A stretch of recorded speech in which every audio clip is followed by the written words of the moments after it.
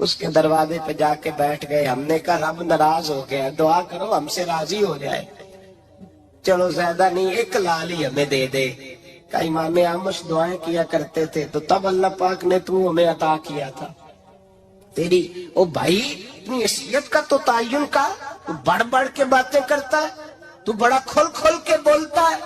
اپنی حیثیت کا تو تعین کرنا, ذرا اندازہ تو کرنا کہ تو کون تھا, کہاں سے آیا ہے, تیری اوقات کیا ہے. یہاں لوگ ایک منٹ میں آگے نکل جاتے, پلٹ کے دیکھ تو صحیح. اور میرے بھائی جو بڑے لوگ تھے وہ تڑپا کرتے تھے. حضرت فضیل بن عیاض رحمت اللہ علیہ فرماتے ہیں بغداد میں بارش نہیں ہوتی تھی, قحط پڑ گیا, جانور پیاس سے مرنے لگے, جوان بچے بوڑھے نڈھال ہونے لگے. فرماتے ہیں میں بھی نکلا, سفیان ثوری بھی نکلے, اور بھی کئی صوفیاء میدان میں نکلے, دعائیں مانگی, بارش نہیں ہوتی تھی. فرماتے ایک جھونپڑی سے ایک سفید بالوں والا اور گندمی رنگ والا ایک بوڑھا غلام نکلا جو کسی کا ملازم تھا. باہر آیا جھونپڑی سے, ہم اسے دیکھ رہے تھے, وہ ہمیں دیکھ نہیں رہا تھا. فرماتے اس کے چہرے پر عبادت کے نشان تھے, دور سے اس کا چہرہ دیکھتے لگتا تھا کوئی رب کریم کا بندہ ہے. فرماتے ہم اسے اللہ کا ولی جانتے تھے.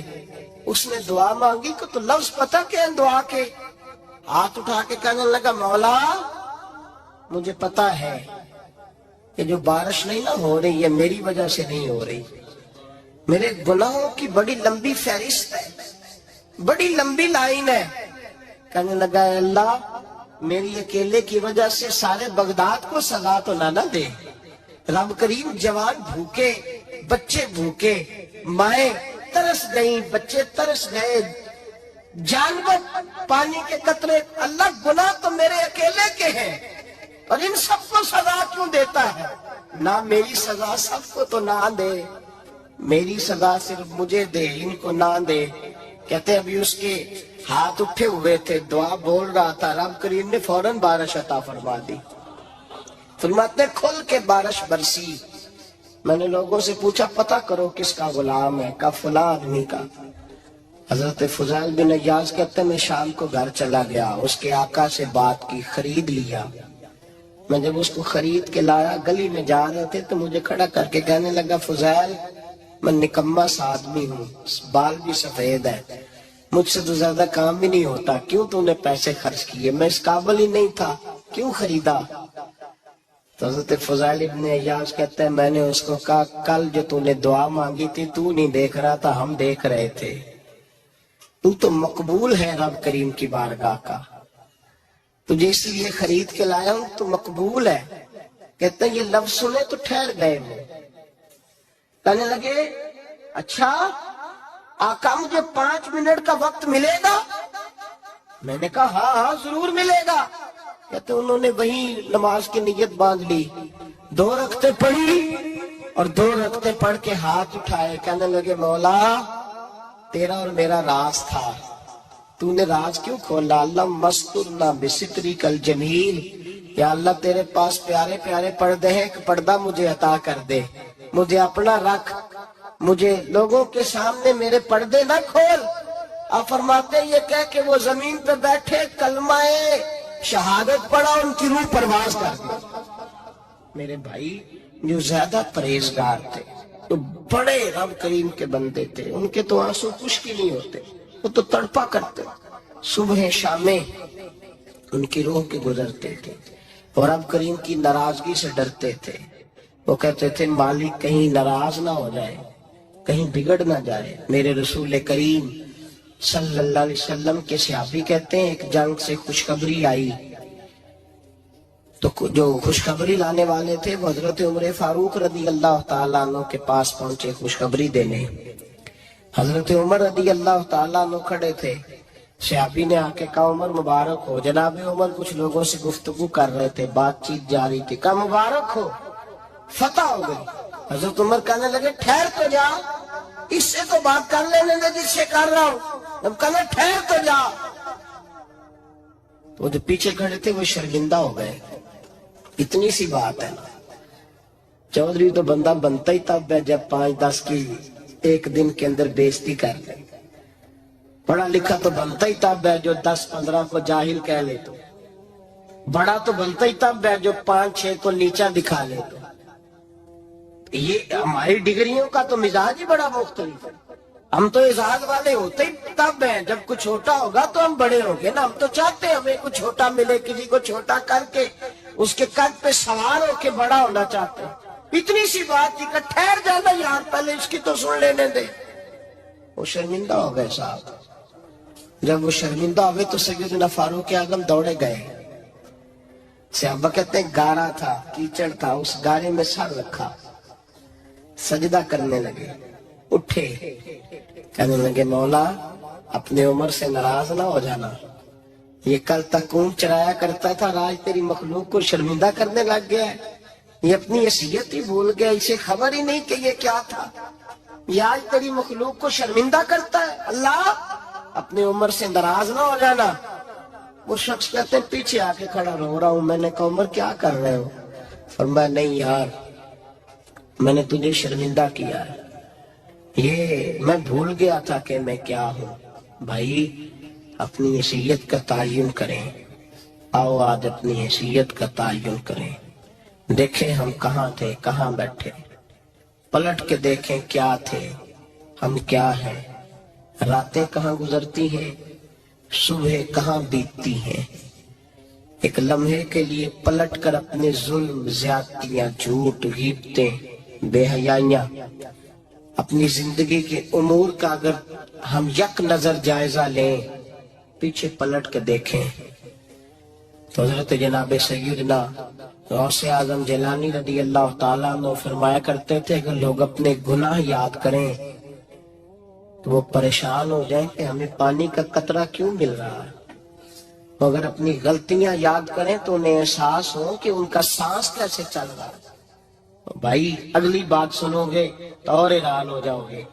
حضرت غوث اعظم رضی اللہ تعالیٰ عنہ فرمایا کرتے, آپ فرمایا کرتے کہ اب خیال آتا ہے, اب سوچ آتی ہے کہ رب کریم نے کتنی ڈھیل دی ہوئی ہے. ہم ہیں کہ سمجھتے ہیں یہ میری عقل مندی کا کمال ہے کہ مجھے سارا کچھ نافرمانی کے باوجود بھی مل رہا ہے. بھائی خشیت الہی پیدا کریں.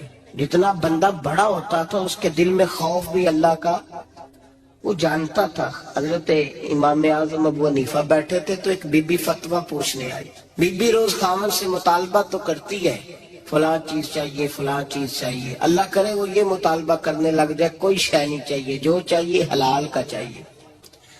آمین تو کہہ دے.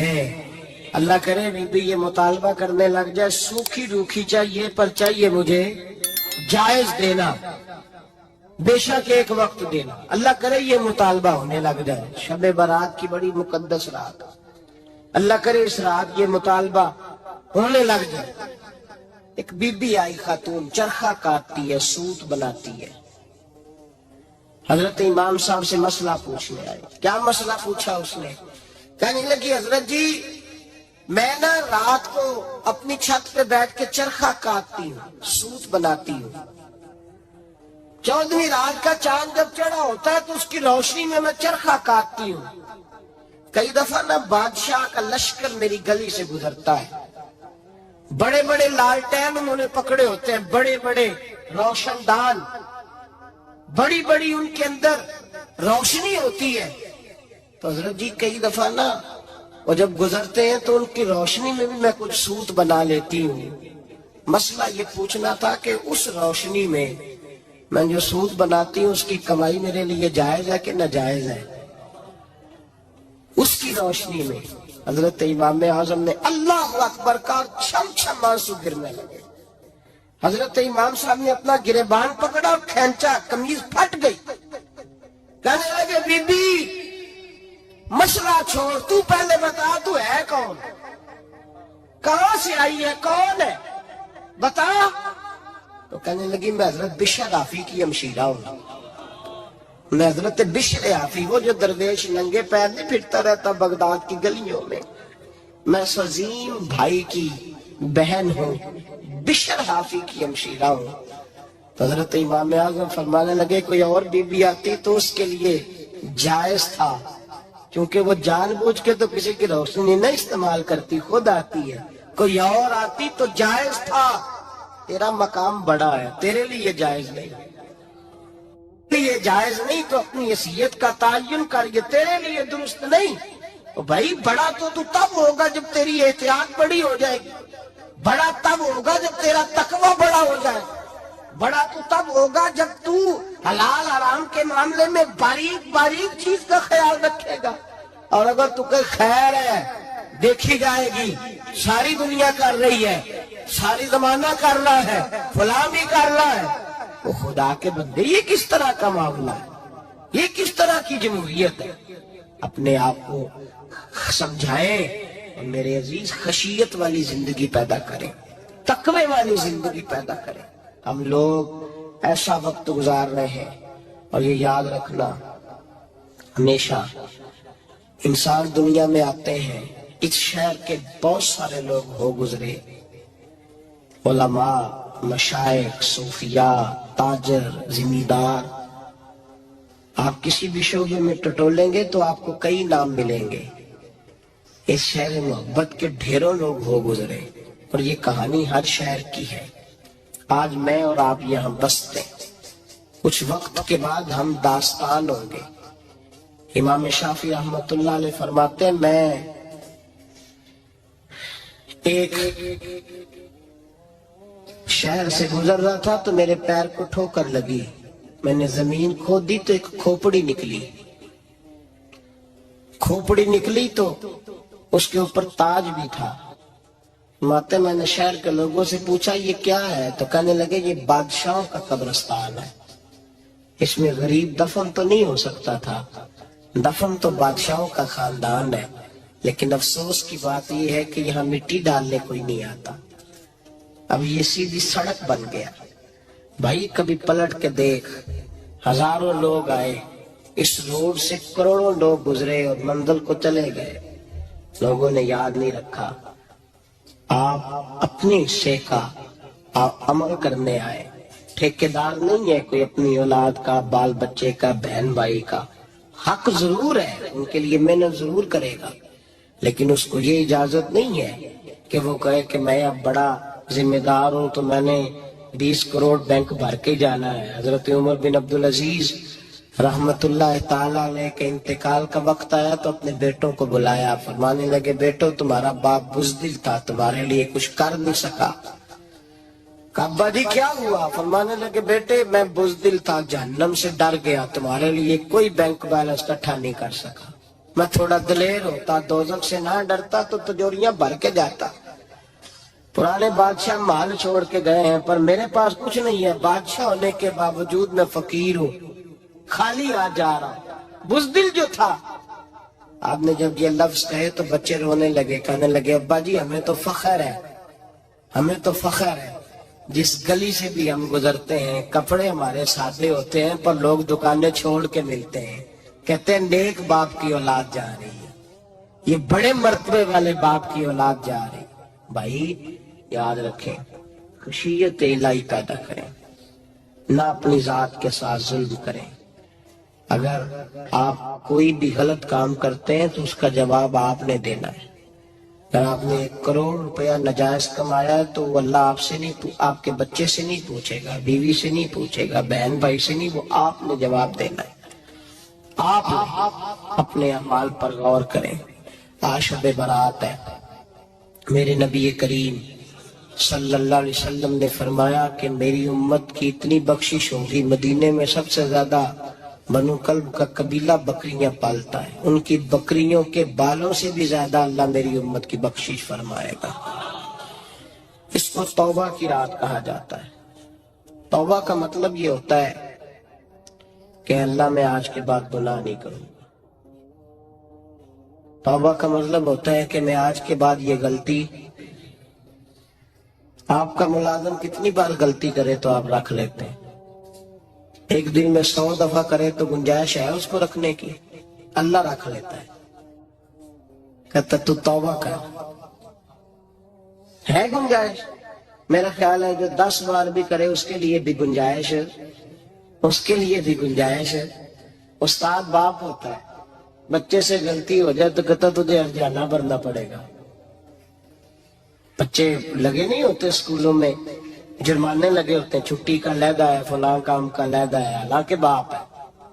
بھائی اللہ فرماتا ہے تو توبہ کر، اور توبہ یہ ہے کہ میں آج کے بعد یہ گناہ، اس آدمی نے کل 5 نمازیں نہیں پڑھنی، اس کا آج توبہ کرنے کا کیا مطلب ہے؟ توبہ کا کیا مطلب ہے کہ میں آئندہ گناہ، تو جو سویرے 5 نمازیں نہیں پڑھنا چاہتا، کہتا ہے کل زور نہیں میں نے پڑھنی، چلو فجر تک جاگنا ہے، فجر پڑھ لوں گا، تو اس نے توبہ کی ہے؟ کوئی مذاق ہے؟ استغفر اللہ استغفر اللہ استغفر اللہ، معاف کر دے، کیا معاف کر دے؟ سویرے تو مسجد آئے گا۔ بھائی آپ کسی، ہم سادے لوگ ہیں، دیہاتی لوگ، یہ ہمارا دیہات کا ماحول ہے، بچے کو مارتے ہیں نا مدرسے والے کو، تو ہم کہتے ہیں دوبارہ کرے گا، تو کیا کہتے ہیں اگوں، تو جو بچہ کہے تو اسے تھپڑ دو، مار لو، میں سویرے پھر کرنا دے، تو اس کو معافی ملے گی؟ یہ کیسی معافی ہے کہ سویرے میں نماز نہیں پڑھنی زور کی، لیکن یا اللہ معاف کر دے، یا اللہ، یہ جھوٹ ہے، یہ دھوکہ ہے، یہ مذاق ہے، مذاق نہیں کرے۔ اور بندہ کوئی سیاںا ہو تو مذاق برداشت نہیں کرتا، اور معاذ اللہ استغفر اللہ، رب کریم کے ساتھ مذاق، یا اللہ میری توبہ، یا اللہ میری توبہ، یا اللہ مجھے معاف کر دے، یا اللہ معاف کر دے، اور سویرے جھوٹ پھر بولنا ہے اٹھتے ہی، تو یہ کیسی توبہ ہے؟ توبہ کا مطلب ہوتا ہے کہ میں توبہ کرتا ہوں آج کے بعد گناہ، تو توبہ کو سمجھے تو صحیح نا میرے بھائی، توبہ کو سمجھے۔ تمام صحابہ، چونکہ شراب حرام نہیں تھی تو ہر آدمی پیا کرتا تھا، جب حرام ہو گئی تو پھر کسی نے منہ نہیں لگایا، توبہ ہو گئی تو پھر ہو گئی، پھر معاملہ ختم ہو گیا۔ پھر کبھی قریب حضرت مرثد بن ابی مرثد البغوی رضی اللہ تعالیٰ عنہ حضور کے صحابی ہیں، آپ فرماتے ہیں میرے اندر ایک غلطی تھی، میرا بہت ساری خواتین کے ساتھ دوستانہ تھا، نبی پاک کی بارگاہ میں جب میں گیا اسلام کی بائعت کی تو حضور نے فرمایا تیری نظر جھکی رہنی چاہیے، خبردار کسی عورت سے تیرا، کہتے ایک نصیحت نبی پاک نے کی۔ آپ فرماتے ہیں میں نے اپنے دل کو اس طرح سمجھایا کہ عورتیں اگر میرے پاس آ کے کھڑی ہوتی تھی تو میرے اندر کا وجود کہتا تھا کہ ہو ہی نہیں سکتا میری توجہ جائے، اس لیے کہ توبہ کی ہے، اب دوبارہ ادھر توجہ جا سکتی؟ میرے بھائی توبہ کو اس کے مفہوم کے ساتھ توبہ کریں، جھوٹ نہیں بولے، گناہ نہیں کریں۔ میرے رسول کریم صلی اللہ علیہ وسلم نے فرمایا استغفار پڑھا کرو، میں دن میں 100 مرتبہ استغفار کرتا ہوں۔ حضور کہتے ہیں میں دن میں، حضور 100 دفعہ دن میں استغفار کرتے۔ امام حسن کے پاس ایک شخص آیا، کہا میرے پاس اولاد نہیں، فرمایا استغفار پڑھ۔ ایک پھر آ گیا، اس نے کہا حضور میرے پاس روزی نہیں، فرمایا استغفار پڑھ۔ ایک اور آیا، اس نے کہا حضور بیماری بڑی ہے گھر میں، فرمایا استغفار کر۔ آپ کے صاحبزادے بیٹھے تھے، کہا ابا جی جو آتا ہے آپ استغفار ہی بتاتے ہیں۔ آپ فرمانے لگے جب کوئی بندہ توبہ کرتا ہے تو رب راضی بڑا ہوتا ہے۔ تو میں نے سب کو توبہ کا وظیفہ بتایا ہے، جس کی جو بھی مجبوری ہو اگر توبہ کر لے تو اللہ تعالیٰ اسے آسانی عطا کر دیتا ہے، اللہ اس پہ نظر رحمت کر دیتا ہے۔ اپنے آپ کو تبدیل کریں، نماز کو اس کی حقیقت کے ساتھ پڑھا کریں، اس کی حقیقت کے ساتھ نماز کو پڑھیں، 5 وقت مسجد میں حاضری دیں، چھوڑ کے سارے کام چھوڑ کے، باقی سارا کچھ بعد میں۔ آپ کا رشتہ لوگوں کے ساتھ زندگی کا ہے، موت کا نہیں ہے۔ آپ خود دیکھ لیں جن کے بزرگ چلے گئے وہ ڈیلی جاتے ہیں قبرستان، کوئی بیٹھتا 2 گھنٹے جا کے، والد صاحب ہیں، دادا جی ہیں، نانا جی ہیں، دیکھا کبھی کسی کو صبح گیا ہو شام آیا ہو؟ یہی حال ہمارا ہوگا، بالکل کوئی نہیں جائے گا۔ اور پھر جب کوئی انتقال کر جاتا ہے نا تو کوئی یہ نہیں کہتا کہ ابا جی کو غسل دے لو، کہتے ہیں میت کو غسل دو۔ ماں آنکھوں کی ٹھنڈک ہوتی ہے لیکن کہتے ہیں لاش کو اٹھاؤ، جنازے کو اٹھاؤ، آپ کے رشتے ناطے ختم ہو گئے۔ اگر آپ ناراض نہ ہوں تو مجھے جنازے پڑھانے کا موقع ملتا ہے، ایک دو بات عرض کرتا ہوں، اس کے بعد ذکر کرتے ہیں، انشاءاللہ دعا ہو۔ جنازوں پہ جانے کا اتفاق ہوتا ہے تو میں جنازے سے محسوس کرتا ہوں بہت ساری چیزوں کو۔ میں دیکھتا ہوں کہ جنازہ ہونے کے باوجود لوگ یہ سمجھتے ہیں کہ یہ ہونا تھا کام، یہ ہو گیا، اور وہاں کیفیت یہ ہوتی ہے کہ صرف یہی جنازہ ہے، اسی نے فوت ہونا تھا، ہم تو بچے ہوئے ہیں۔ قرآن پاک سے محبت کرنا، قرآن پاک پڑھنے والوں سے پیار کرنا، قرآن کے مدارس کو آباد کرنا، یہ بڑا مشکل ہوتا جا رہا ہے۔ ہم ایک مدرسہ چلاتے ہیں، ہم محسوس کرتے ہیں کہ یہ بڑا کٹھن معاملہ ہے، بڑا کٹھن۔ ایک تو تنقید کی نظر بھی سب سے زیادہ اداروں کی طرف ہوتی ہے، اور سب سے کم تعاون بھی اداروں کے ساتھ ہوتا ہے، مجبوری کے ساتھ ادارے وقت گزارتے ہیں۔ اپنا رجحان مدارس کی جانب کریں اور دین سیکھنے کی طرف رجحان کریں، قرآن مجید صحیح پڑھنا سیکھیں، قرآن مجید صحیح سمجھنا سیکھیں۔ اور پھر میرے بھائی، جو آیات آپ کو ضروری ہیں، نماز جنازہ ہے، وضو ہے، غسل ہے، آپ کے روزمرہ کے معاملات ہیں، وہ کسی اچھی کاری سے، اہل سنت کے کسی شخص سے ان کی درستگی کرائے، اپنے معاملات پہ غور کریں، یہ ان کوتاہیوں سے باہر آئے، قرآن پاک سے محبت کریں اور دینداروں کے ساتھ جڑیں۔ ایک گزارش آپ سے اور کرنی ہے، اس کو بھی کھلے دل کے ساتھ سنیے گا، کھلے دل کے ساتھ۔ یہ شب برات کی رات ہے اور میں ذمہ داری کا مظاہرہ کرتے ہوئے بات کرنا ضروری سمجھتا ہوں۔ آپ کسی پیر صاحب سے ملے، کسی آستانے پہ جائیں، یہ کچھ گزارشات ہیں، بات میری ختم ہو گئی، وہ کر کے میں دعا کرنے لگا ہوں۔ تو شریعت اسلامیہ کا ضرور پاس اور لحاظ کریں۔ یہ دیکھیں جی، صوفی کے پاس، درویش کے پاس، جس کو آپ پیر سمجھ رہے ہیں، اسے کوئی قرآن حدیث بھی آتا ہے، وہ کو سنت شریعت کا بھی پابند ہے۔ میری اپنی جماعت سے ہاتھ باندھ کے گزارش ہے، خدا را اب بس کر دے، بڑی تباہی ہو گئی اور لمبی چوڑی ہو گئی، تھک گئے ہم کہہ کے۔ لوگ سمجھتے نہیں اس چیز کو۔ اعلیٰ حضرت فاضل بریلوی نے لکھا ہے، ادھر دیکھیں، اعلیٰ حضرت نے لکھا ہے کندھوں تک بال رکھنا جائز ہے، کندھوں تک، کندھوں سے نیچے رکھنا حرام ہے۔ کیسے اس شخص کو لوگ پیر مان لیتے ہیں جس نے داڑھی سنت سے چھوٹی رکھی بھی ہے، بال بڑے رکھے ہوئے، یہ ملنگ صاحب ہے۔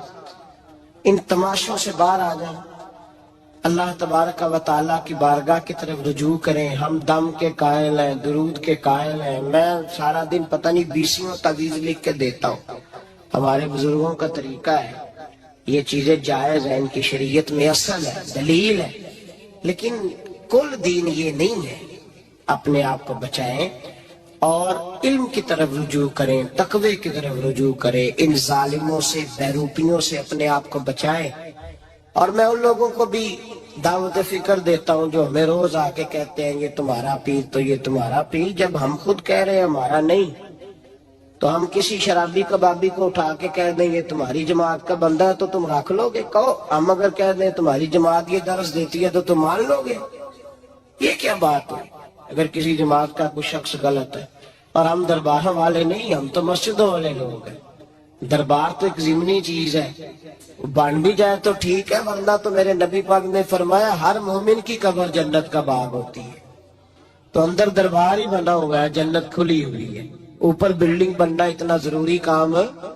مہربانی فرمائیں، ایک تو اپنے آپ کو دین کی طرف راغب کریں، رمضان شریف آئے گا، اپنی اصلاح کی کوشش کریں، اور جب کسی دینی مجلس میں جائیں تو روح کی دنیا لے کر کے جائیں، کچھ سیکھنے کے ارادے سے جائیں، کچھ درس لینے کے ارادے سے جائیں، جمعے پڑھیں، دروس سنیں، تو کچھ لینے کے ارادے سے جائیں، اور دین کی خدمت میں اپنے حصے ڈالنے کی کوشش کریں۔